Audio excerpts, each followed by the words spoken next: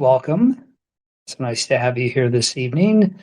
I'm Stephen Haden. My pronouns are he and him, and really grateful to be able to spend some time this evening talking about trauma that so many people in the LGBTQ community experience. Joining me tonight is my colleague, Megan Cliff. Megan, please introduce yourself. Yes, hi everyone. My name is Megan Cliff. I use she, her pronouns.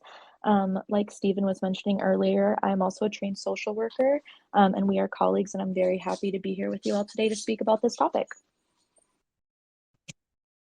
Thanks, Megan. Yeah, both Megan and I are from a wellness app that will be launching early next year called You Flourish, and it's designed to support the mental health and well-being of the LGBTQ community. And so we're glad tonight to connect with each of you. If you'd like to introduce yourself in the chat with your name and pronouns, where you're from, that would be great. So we learn a little bit more about you. And as we do each week during our conversation, we like to start with a motivational message that's really written and for the LGBTQ community. You are a masterpiece of uniqueness, a vibrant thread, the tapestry of humanity, and your identity is a beacon of courage and love. In a world that sometimes tries to confine us, remember that you are boundless, beautiful, and truly magnificent. Your journey might be filled with challenges, but every obstacle you conquer only adds to the strength that resides within you. Your existence itself is a testament to resilience, and your truth is your superpower. In your authenticity, you inspire others to shine brightly too. You are not alone. Your chosen family, allies, and a global community stand beside you, ready to lift you up in times of need and celebrate your triumphs. Your love is valid, and your right to live your life authentically is unquestionable. In the face of adversity, remember that your story is a source of inspiration, your love is a force of change, and your spirit is unbreakable. Your identity is a source of strength and a wellspring of pride and a reason to stand tall. Keep shining, keep loving, and keep being you. Together, we'll continue to write a future where acceptance, equality, and love are the cornerstones of society. I want each of you to know you are loved, you are valid, and you are cherished. Your journey is a masterpiece, and we can't wait to see the beautiful chapters yet to unfold.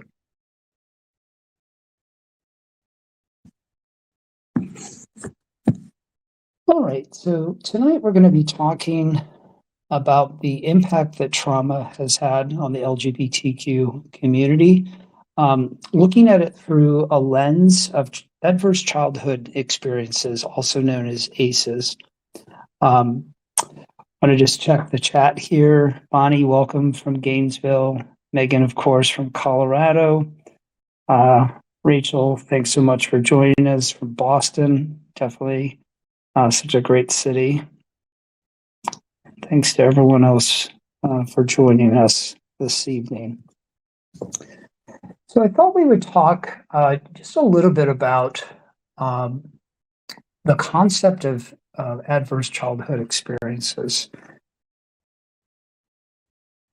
So LGBTQ youth in particular are much more likely to experience trauma than our straight cisgender peers. As many of you may know, recent research has revealed that a significant percentage of our communities experienced significant trauma at one point in their life. In our own research at our nonprofit partner Envision You, we discovered that nearly 25% of lesbian, gay, and bisexual individuals had experienced 4 or more ACEs, and nearly half of respondents to our survey who were transgender or gender nonconforming had experienced significant trauma, 4 or more ACEs. And that is a really staggering statistic when you look at that and compare that to straight youth in comparison. And so we know our community experiences so much more trauma, and this can come in the form of emotional abuse, physical abuse, sexual abuse, neglect, household dysfunction. And it's important to understand the impact that ACEs have, these adverse childhood experiences have on our physical and mental health. For folks that have a larger number of ACEs, the expectation is that they'll experience higher disparities in depression, anxiety, PTSD, and substance abuse. We also know that individuals that have more ACEs are also prone to more physical health issues. So we'll see more chronic illness among people that have experienced a lot of trauma as a young person.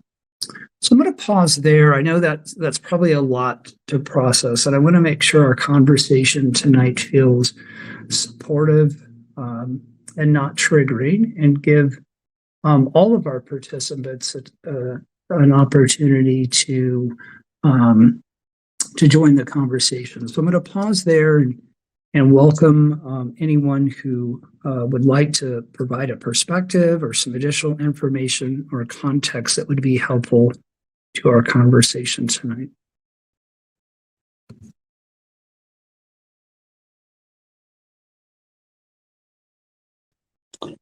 Yes, Kimmy.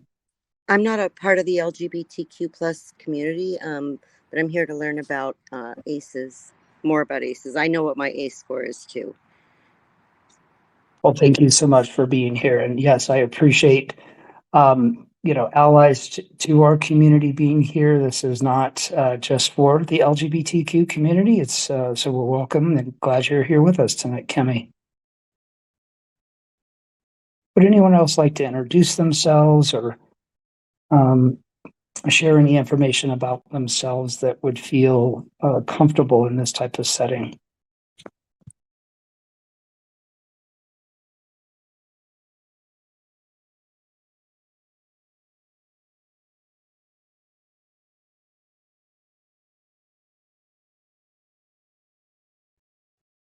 Welcome to the new folks who've joined. Yes, Kimmy. I work in HR, and not that long ago, I had an employee who was transgender, and he, another coworker commented on the size of his hands, which was inappropriate in and of itself, but he confided in me that he was transgender. So we addressed the issue pretty harshly while keeping that confidential, but that's just another thing I think for employers, or just another struggle, whether, when they choose not to disclose, which he had. It's just another layer of, I think, difficulty and pain and fear. So another reason to be an ally and be supportive. Thank you, Kimmy, for sharing that story. And it's a really important point for us to understand that, being a part of the LGBTQ community does not lead to mental health concerns. Rather, it's growing up in environments where you're subjected to bullying and harassment, to physical or emotional abuse. And as you move into adulthood, it's a world that can often be quite hostile to people from our community, particularly for folks that are transgender or gender nonconforming. It's been a really difficult year. I'm sure many of you have seen in the headlines across the country, more than 600 anti-LGBTQ laws have been put forward in state legislatures around the country. And it's everything from what you can say, don't say gay, to banning books, to denying people access to gender-affirming care, and trying to prevent people from accessing life-saving care. And so it shouldn't be a surprise to folks that members of our community do see greater disparities when it comes to their mental health, which also, as we've noted, leads to some additional chronic health issues as well. And so when you are faced with the fear of discrimination in the workplace, potentially losing your job, challenges around housing, thinking about the experiences you had as a young person at home, and just trying to find authentic connection in communities around the country that are so often hostile to people with our identity. Anyone else like to introduce themselves and share a perspective about some of the challenges that LGBTQ folks experience in society that might lead to some mental health challenges?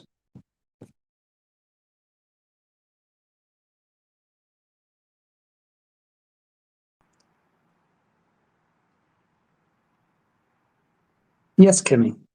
Lack of access to care and lack of family support. Very much so.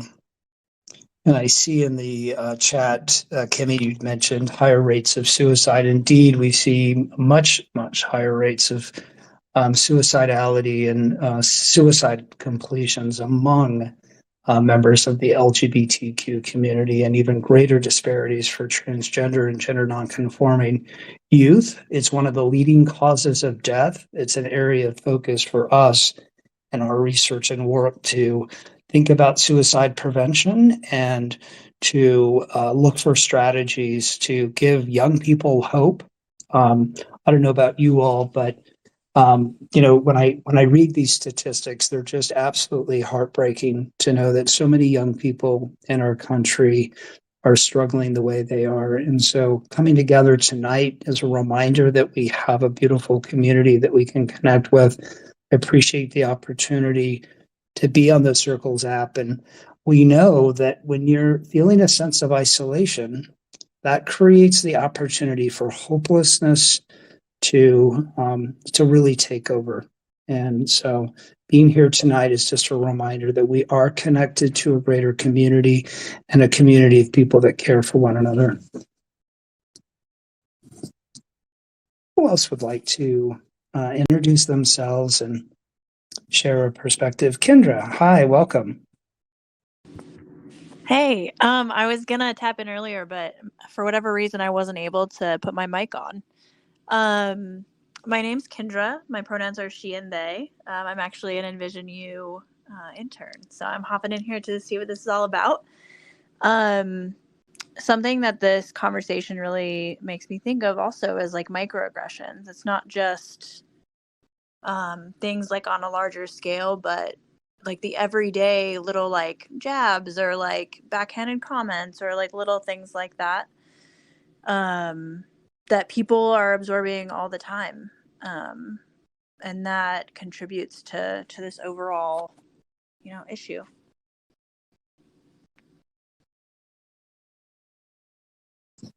Yeah, welcome, Kendra, and thanks for sharing. Yes, so certainly many of us may experience overt discrimination, but I think covert discrimination happens far more frequently, and they come often in these microaggressions. And whether they're intentional or unintentional is really beside the point, because they're incredibly harmful, right?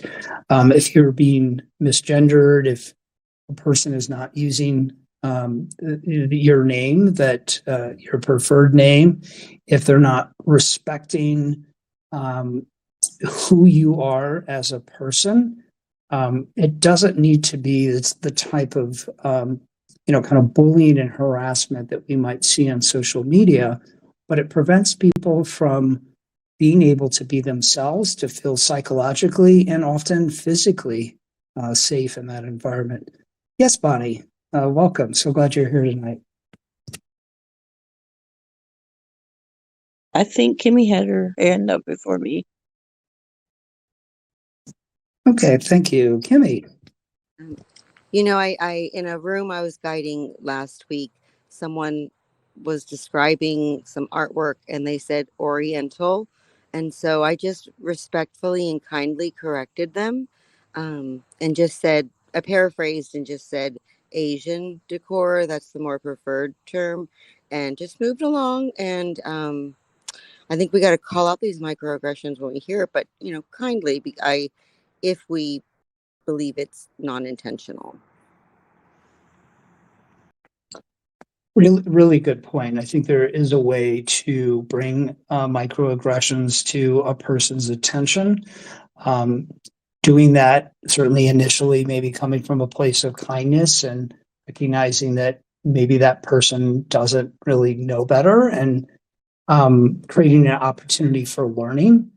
But I do want to also acknowledge that in those moments where we're faced with a microaggression and potentially that opportunity to help teach, for many people, that's exhausting. I think about friends of mine from communities of color, immigrant, first generation folks in the U.S., and even members of our community. And it can be really tedious and tiresome when we're constantly faced with having to correct people. So I want to acknowledge the importance of giving people the opportunity to learn. And meanwhile, I'm also holding space for people who are frankly just exhausted and feel overwhelmed with just the number of times these microaggressions happen throughout the day.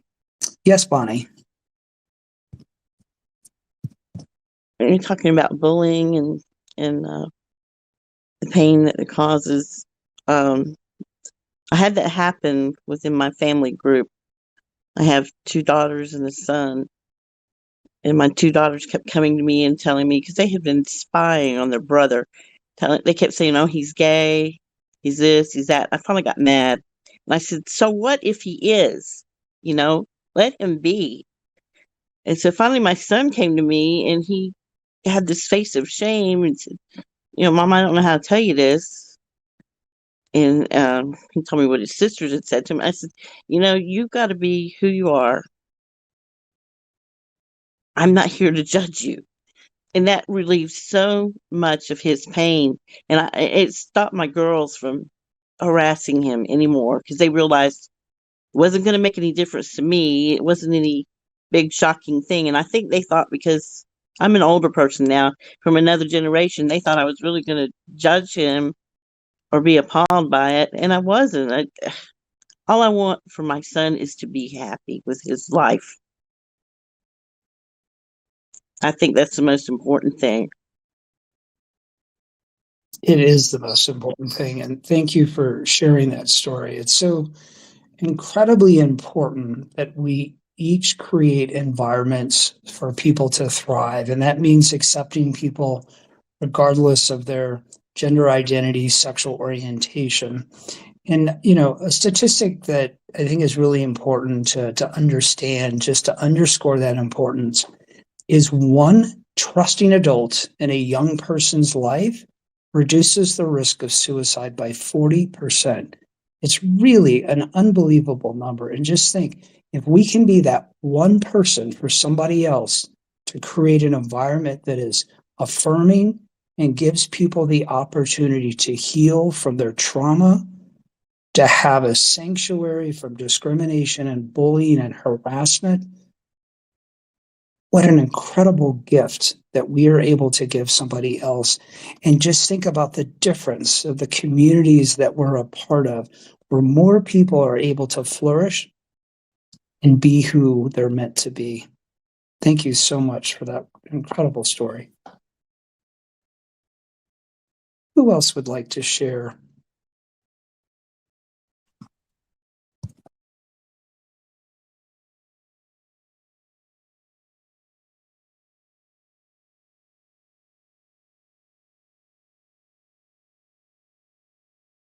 Megan, I'd like to invite you in to see if you have anything you'd like to share this evening.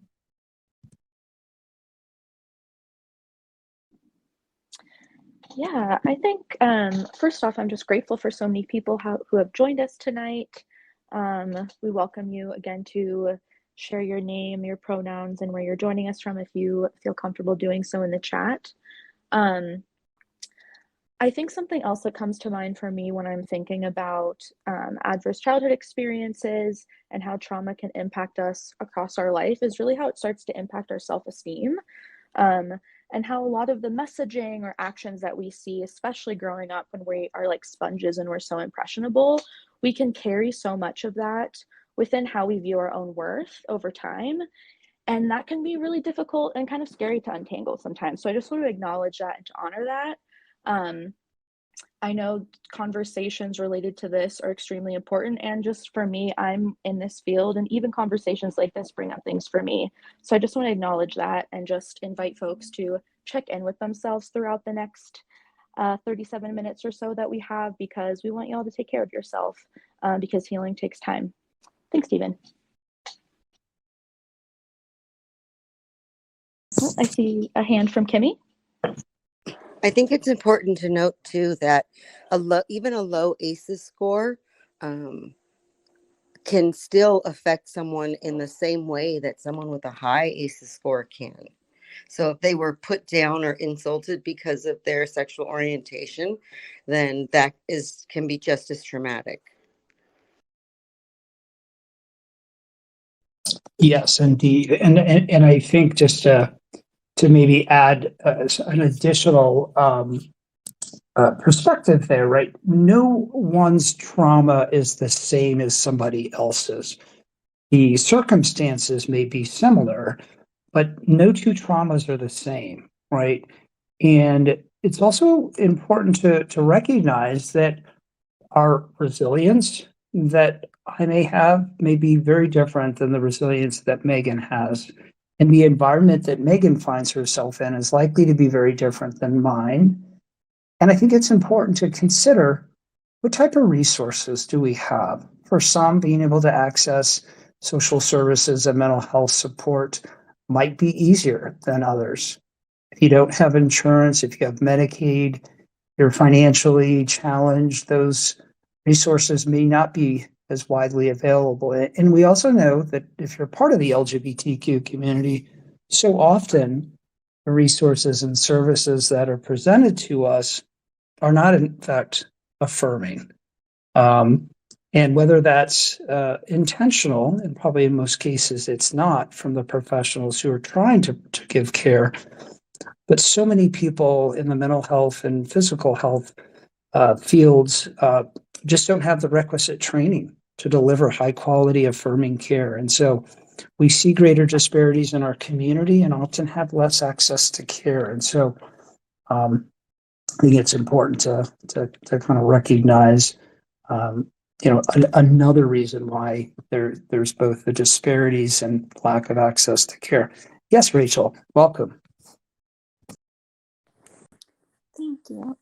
So you had just touched on something that I was going to bring up too regarding gender affirming care and access to resources. I know, domestic violence shelters, many of them, are women and children, but if someone hasn't had gender affirming surgery and is a transgendered male, oftentimes they can't access that level of safety. Even in prison reform, I think, we need to look at, are these individuals sharing, bunks with other people who identify in a different way, or even practitioners who I've heard say, either dead name someone or misgender someone constantly. And when that's pointed out to them, they're like, oh, I just forgot, it wasn't my intent. Well, okay,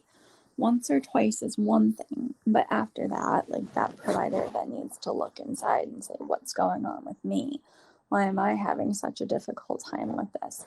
Rather than putting the onus on that individual. So I think looking at things like that as well is important. Thank you so much for sharing. And indeed, in my clinical practice outside of my work here at U Flourish, I often do hear from clients who have experienced maybe an inpatient setting, a treatment facility. At some point, maybe as a young person, they may have been unhoused and unfortunately found themselves accessing support in facilities that were gendered and based on gender assigned at birth. And so they weren't safe. Those were not places of healing. And in some cases, they became places of trauma for these individuals. And so as we're thinking about building an inclusive and affirming behavioral health system in this country, we need to be mindful of the types of ways that people want to access care, and when they do, that they're given options that align with both their identity and their values. And I think so often we overlook the importance of both. Anybody else would like to step in and share a perspective? Yes, Rachel, welcome. Hi, thank you. So one more thing that actually happened today, I was talking with a friend, and she was telling me that her brother, who is the transgendered male, their parents in the age of social media, there's like the memories on Facebook. And so this individual's mother was posting, memories and pictures before that individual transitioned. And I can only begin to imagine, the devastation and pain and seeing that. And I think, in the age of social media, that can be really challenging as well. Very much so. And it's true when you think about the information that's being shared, which is often, in many cases, not factual. We may find ourselves engaged with people who are hostile to who we are and our very existence.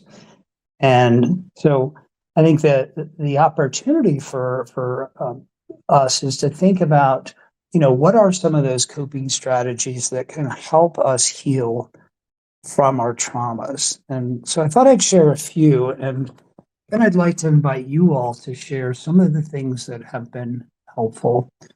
I have a strong belief that mutual aid or peer support can be incredibly valuable when we can connect with other folks who share both our identity and lived experience. Some really incredible things can happen. And so if you can find a support group or a peer counselor who can help support you in your recovery journey, I think that can be really profound and meaningful outcomes for your life. Finding a safe space. For many people, unfortunately, who have or are experiencing trauma, they may still be in conditions and environments where that trauma is continuing. And whether it's psychological, emotional, or physical, finding a safe space is essential. Now, I realize that's not always easy, particularly in so many communities in this country. And so if we can find a community center that serves the LGBTQ community, a community mental health center that has resources to support us, that could be an important step. Be patient with yourself. One of the things that I know in recovery, and I am a person who's been in recovery for 18 years from a substance use disorder, is giving myself grace. And I encourage each of you, as you're navigating your life and the challenges that so many of us encounter, the healing that's necessary to move past some of the things that we've encountered. Please give yourself grace. Please give yourself time to heal and prioritize yourself. Center your needs to help that healing process. So I'm going to stop there and invite members of our group tonight to share what are some other things that folks have used as part of their healing process from trauma and other events in their life.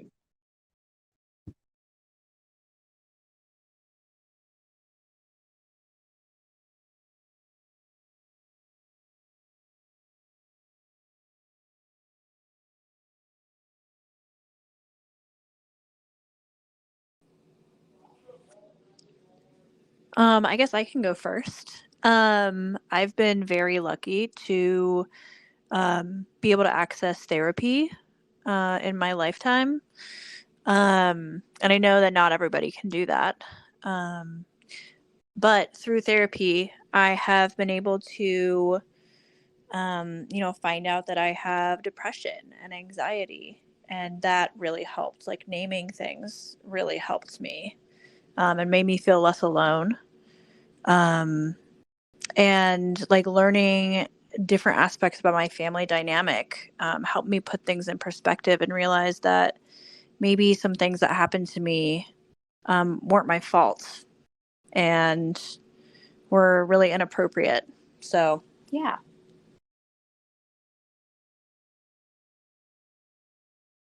Thank you for sharing. And yes, therapy may not be accessible to everyone. And I also realize it might not be right for everyone. That clinical experience may not be a good fit depending on where somebody is in their life journey. And I think it's important as we think about accessing care, what are some of the questions that we could ask that professional before scheduling that first appointment? Because I want to have confidence that I'm going to be going into a safe space that's going to respect who I am. I'm a cisgender gay man. I have my own sort of intersectional identities that I bring into to a therapy space, and I want to ensure that I am respected and affirmed for who I am. What are some other things that folks have done to support their mental health and well-being? May I speak? May I speak? Of course, please. Yes, so my favorite motivational speaker is Les Brown. I don't know if y'all have heard of him, but he talks about the importance of speaking to yourself and talking to your negative voice as well. There's the voice inside of us that can support us and tell us that we're great and tell us about our greatness and our beauty and our perfection and as a child of God. And there's also the voice that can talk down to us, and we have to tell that voice to shut up. So it's very important to talk to yourself. And he talks about this, how it's important to empower yourself within your own spirit, because who you tell yourself that you are at the end of the day is what matters. That's who you're going to become, is who you tell yourself that you are. Not what other people tell you, not what other people think, not what other people say, not emotions that other people have. What matters is who you tell yourself that you are. That's who you're going to become. That's all I wanted to say. Really important insight, and thank you so much for that. And I'm reminded of something that my grandmother used to tell me. If you wouldn't say it to somebody else, why would you say it to yourself? And that's really always stuck with me, because I have found myself consumed with that negative voice, looking to criticize, the choices that I've made in retrospect. And I used harsh language with myself, and it's very self-defeating. It certainly has an impact on my self-esteem and my ability to do the things that are important in my life. So yes, not only having grace, but talking to ourselves as we would anyone else. We know trauma can have a profound impact on your mind, body, and spirit. So please be gentle with yourself and allow yourself time to heal. I'd like to invite others to share tonight.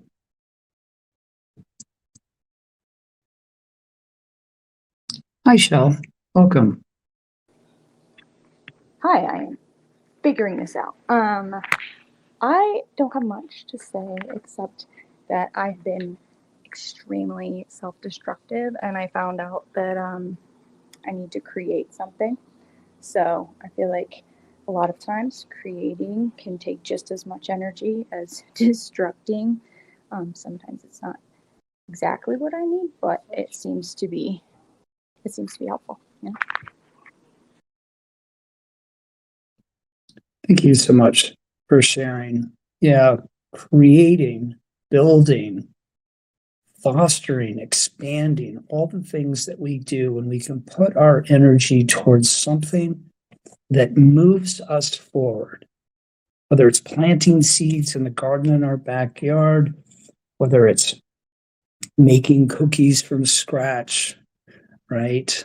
Pursuing an artistic passion, learning to knit. I mean, all of those things can have just an incredible impact on our ability to move forward, not just from trauma, but from a lot of the challenges that many of us have encountered as young people growing up in a world that's not built for us. Shell?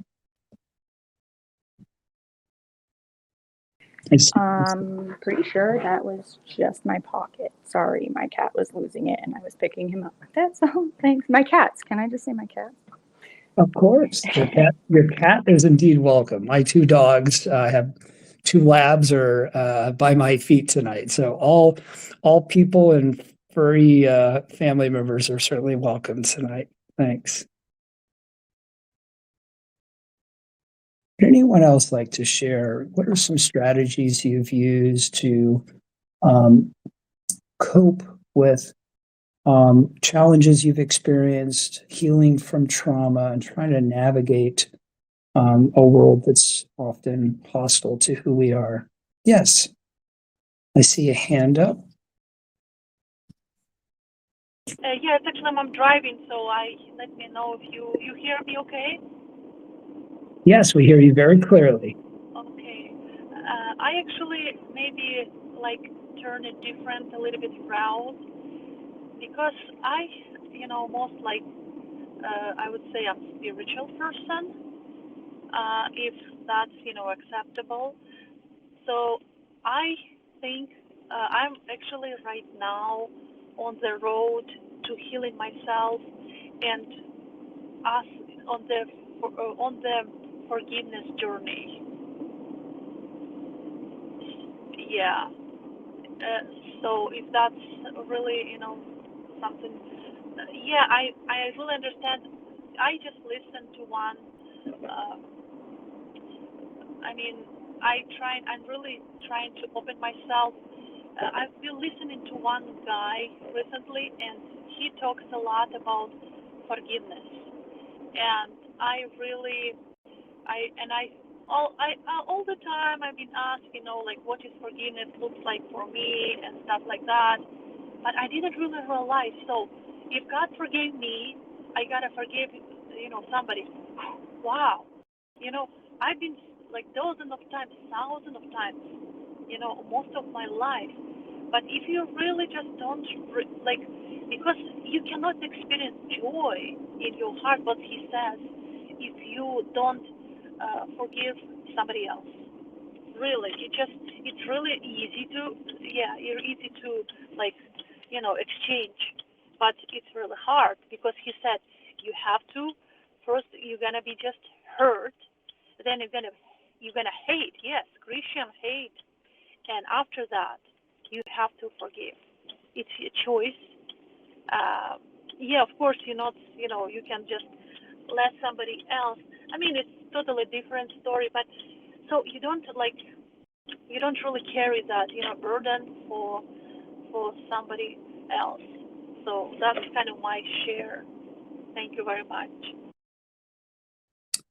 Thank you for sharing. And yes, forgiving is a powerful tool that can help us heal from emotional pain. I think it's important to note that forgiveness does not mean condoning or forgetting a wrong that has been done to us. It also doesn't mean that we need to reconcile with a person who's hurt us. But I do know that forgiveness is about letting go of anger, resentment, and bitterness that we may be holding on to. And it's about releasing ourselves from the negative emotions that are keeping us trapped. When we forgive, we are not saying that what happened to us is okay. We are simply saying that we are choosing to move on. We're choosing to let go of the pain and suffering that we may have been carrying. I wonder if anyone else has something they'd like to share about the power of forgiveness in their healing journey.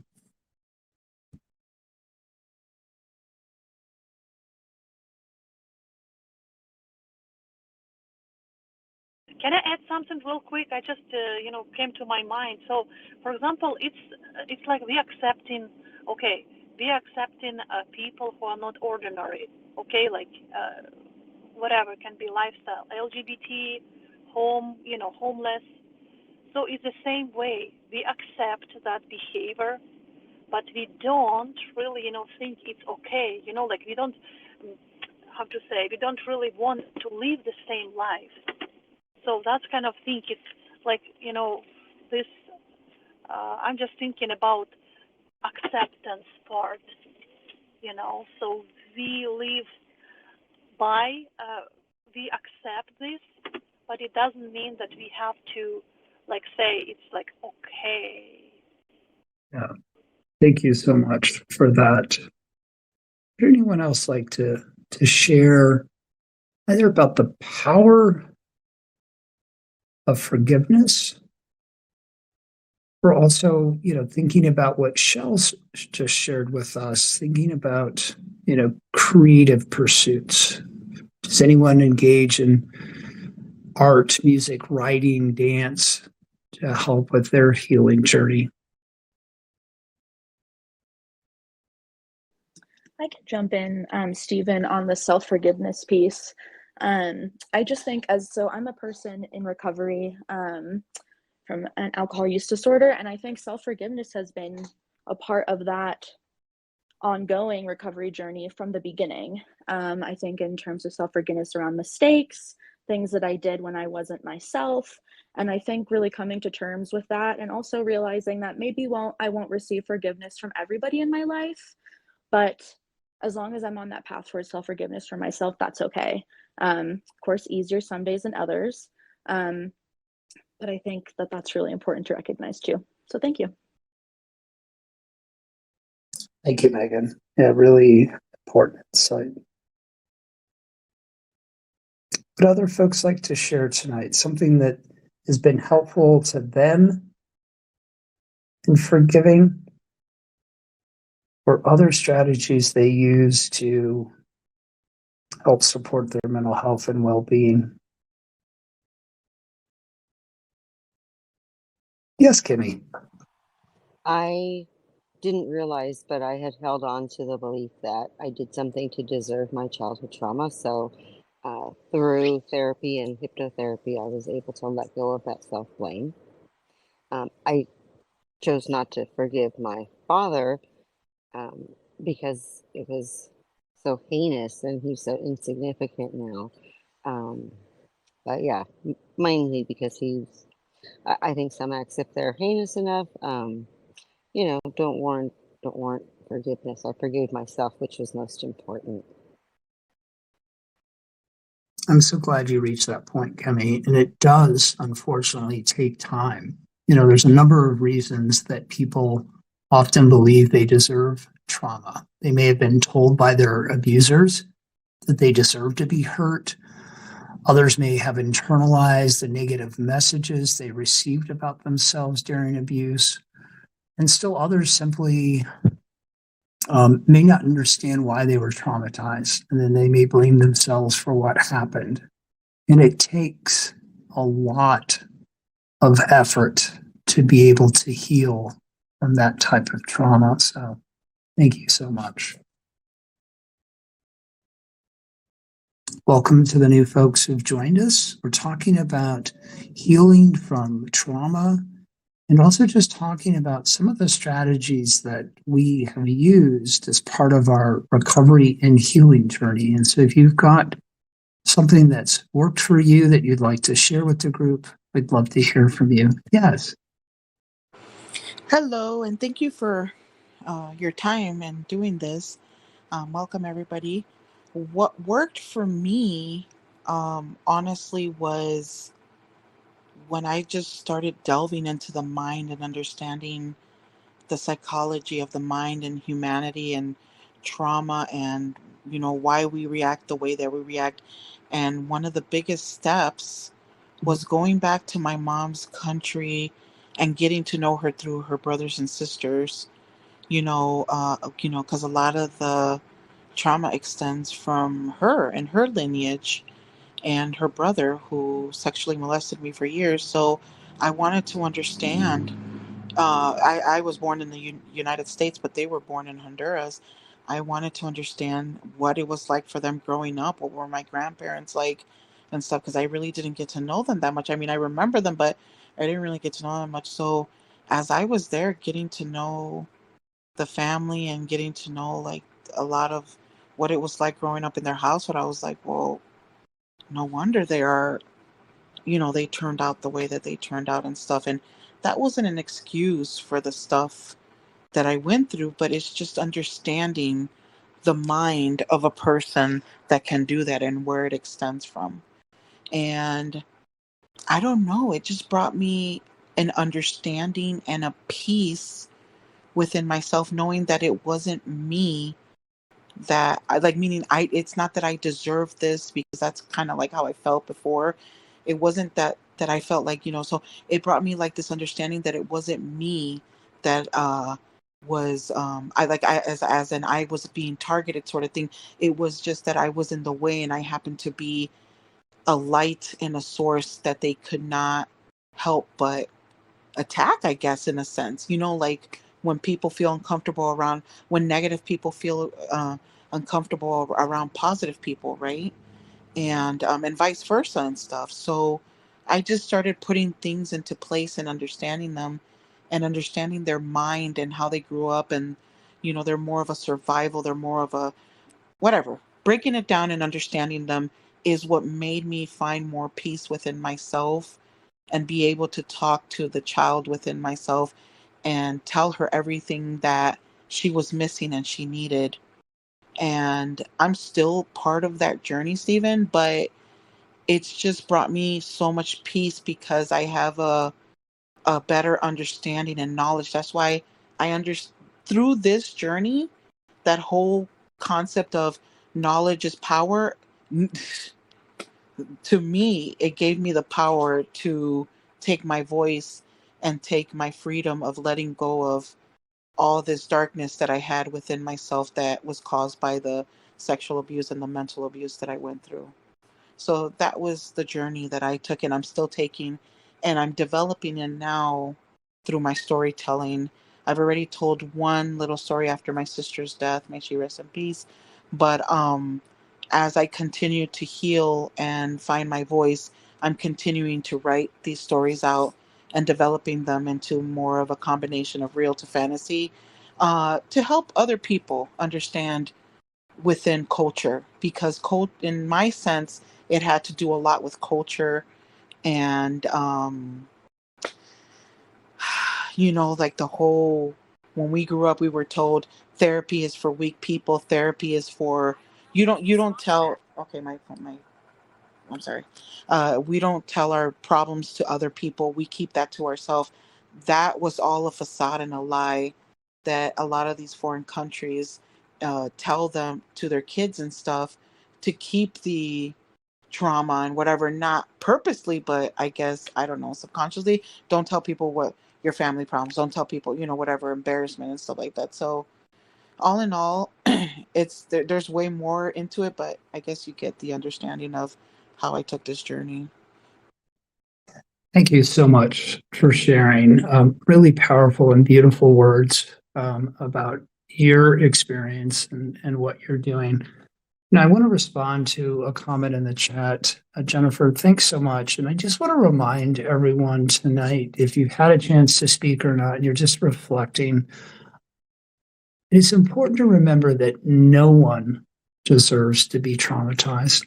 Trauma is never the fault of the victim. If you believe you deserve trauma, I want you to know that you're not alone.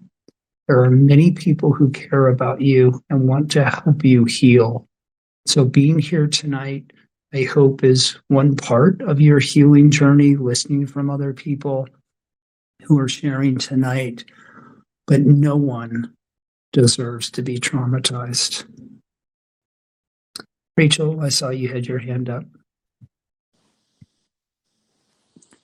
Yeah, so first I just want to say that, Crystal, I really appreciated your share. And I had shared something in the chat that I just wanted to acknowledge, like, now I stand corrected. I think for me, I get stuck in the intellect and I live like from the neck up, trying to analyze and rationalize. But for me, I recognize that putting words to what happened, like you were saying, Crystal, has really helped me to some extent. And every time I would do that, I felt like I was hitting a brick wall and hitting a brick wall and hitting a brick wall.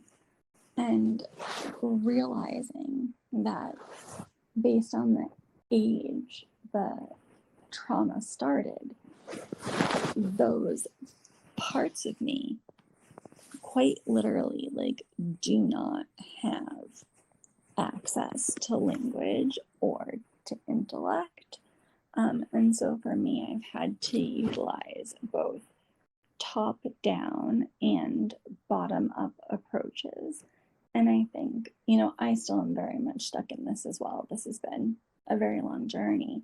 I'm just trying to integrate and get everyone inside to communicate. But I think like utilizing different somatic experience techniques is something that has been helpful to me. But I just want to acknowledge, Crystal, that like I don't know if you've done somatic experiencing or any somatic practices, but I really, appreciate you talking about that intellect, because maybe individuals can heal from that. But for me personally, that's not the case. So I just wanted to acknowledge that, that assumption was inaccurate. So thank you. Thank you for sharing. And we have time for one more comment. And then, as we do every week, we end our session with a guided meditation to help center us. We talk about, some difficult topics here. And so we want to make sure that as we wrap up our circle session tonight, that folks feel grounded. One more comment, Crystal, I see your hand up, and then we'll go to our guided meditation for the evening. Thank you, Stephen. I was asked to share something that I shared with somebody about a childhood that she felt like she was missing parts about her life, that she didn't feel like she had any joy or happiness in her life. And I told her, I guarantee you did. But because my therapist taught us that when we have a lot of trauma, we tend to block that because of a lot of things there, because there's a lot of memories I don't remember, just as well as this person. So I asked her to get it. She said she was crying because she felt like all her kids had a box of memories, but she didn't, and that she didn't have anything to remember her because they moved so much that they lost everything. So I told her, why don't you create with your little inner child? Why don't you create this box yourself and create what you think would look like it, and start putting, like, what was your favorite candy when you were little, if you can remember. Well, maybe some cartoon figures of cartoons that you remember watching. What did you ever have any toys? What toys were they? Find images and things that represented the little bits and pieces that you can remember. And little by little, as we talked, at first she said, there's nothing. But the more we talked, the more she started bringing up things. I remember this. I remember this. And I go, okay, we're going to put all of that in your box. And that's going to be your child box. And that's going to be your go-to happy zone and stuff. So yeah, I just wanted to share that. Thank you so much. That is incredible. Really appreciate everyone sharing tonight, being vulnerable in this group, and the opportunity to spend time together. So just invite you to find a comfortable space. Close your eyes and take a deep breath in and exhale slowly. Allow your body to relax and let go of any tension or stress that you're experiencing. Imagine yourself standing on solid ground. Feel the earth beneath your feet supporting you. Visualize roots extending from your feet, reaching deep into the ground and anchoring you to the earth. With each breath, imagine drawing strength and stability from the earth. Bring your attention to your breath. Feel the gentle rise and fall of your chest as you breathe in and out. As you inhale, imagine breathing in healing energy. As you exhale, release any tension or negative energy you may be holding on to. Picture a place where you feel completely safe and at peace. This could be a natural setting, a cozy room, or any place where you can be yourself without fear or judgment. Visualize yourself in this space, taking in all the comforting sensations around you.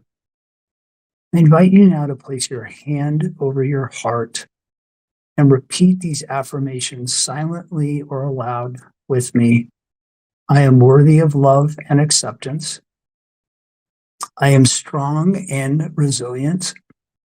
I deserve healing and happiness. I honor my authentic self. Imagine yourself standing tall and strong. Visualize a vibrant rainbow representing the diversity and strength of the LGBTQ community surrounding you.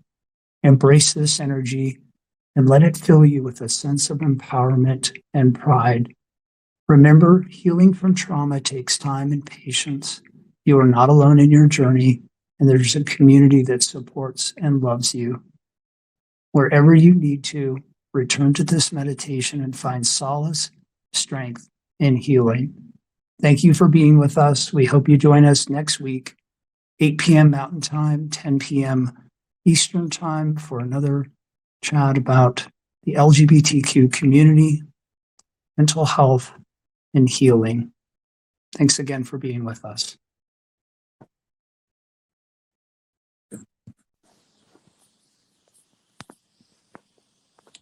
Thank you.